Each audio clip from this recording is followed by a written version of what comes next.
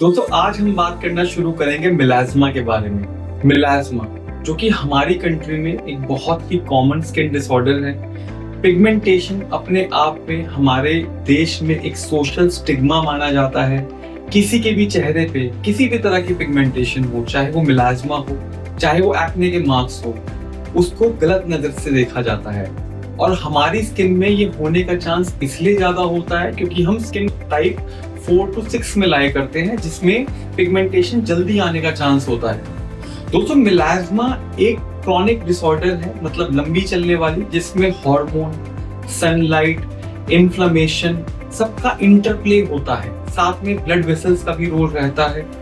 It is a chronic relapsing neurohormonal inflammatory photo aggravated dermatosis. क्या बात है sir, क्या बात है सर। आई नो बहुत ज्यादा साइंस हो गई।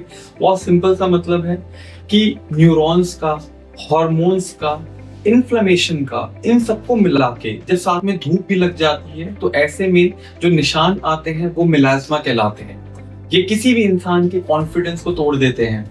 क्यों? क्योंकि ये इवन मेकअप से तक नहीं छूटते।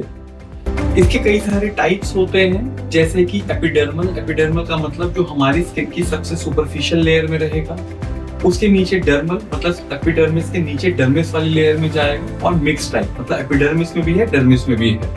अब इसको जानना इसलिए जरूरी होता है क्योंकि इससे डिपेंड करती है बीमारी की प्रोग्नोसिस, मतलब बीमारी कितनी ठीक होगी और हमें क्या मोडालिटी यूज करनी है आपकी ट्रीटमेंट के लिए। ऑब्वियसली जो चीज एपिडर्मिस पे होगी, मतलब सुपरफिशियल लेवल पे होगी, तो उसको ठीक करना कंपैरेटिवली ज्यादा आसान है। और डर्मिस में होगी तो उसको ठीक करना थोड़ा ज्यादा मुश्किल है। हम मिलाज़्मा के बारे में बात क्यों कर रहे हैं? क्योंकि मिलाज़्मा कोई सिंपल पिगमेंटेशन नहीं है कि हल्की सी चोट लगी और निशान आ गया। इसमें कॉम्प्लेक्स इंटरप्ले होता है कई सारे फैक्टर्स का, जिसमें सबसे बड़ा फैक्टर है हार्मोन्स।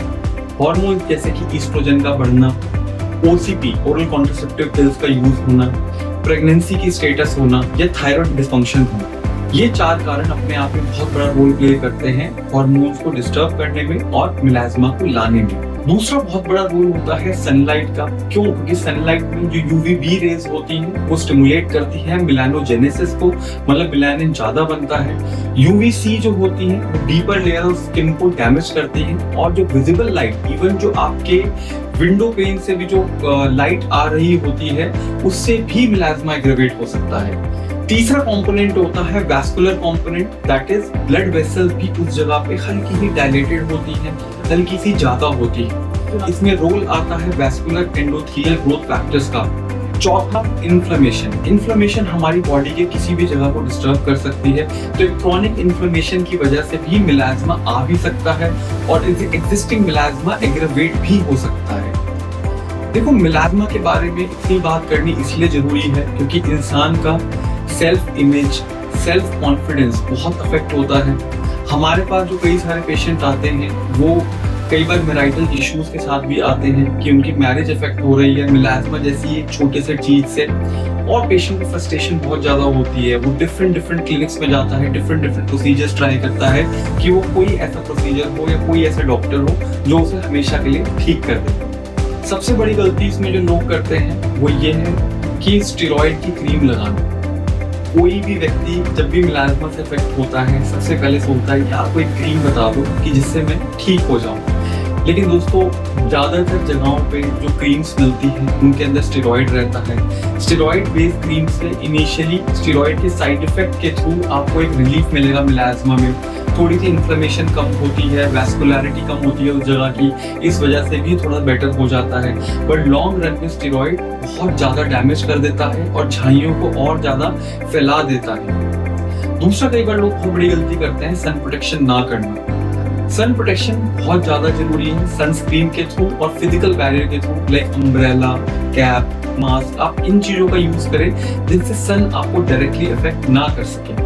एंड मोर ओवर एक अच्छे हेल्दी लाइफस्टाइल का, दैट इज एक अच्छी डाइट का, हरी सब्जियां खाएं, फ्रूट खाएं, सीड्स खाएं, प्रोटीन रिच डाइट लें, एक अच्छी नींद लें, एक बढ़िया से एक्सरसाइज करें, इसका कोई रिप्लेसमेंट नहीं है। दोस्तों मिलाज़्मा एक ऐसी प्रॉब्लम है जिसको कम किया जा सकता है, बहुत हल्का किया जा सकता है, लेकिन गायब फिलहाल नहीं किया जा सकता।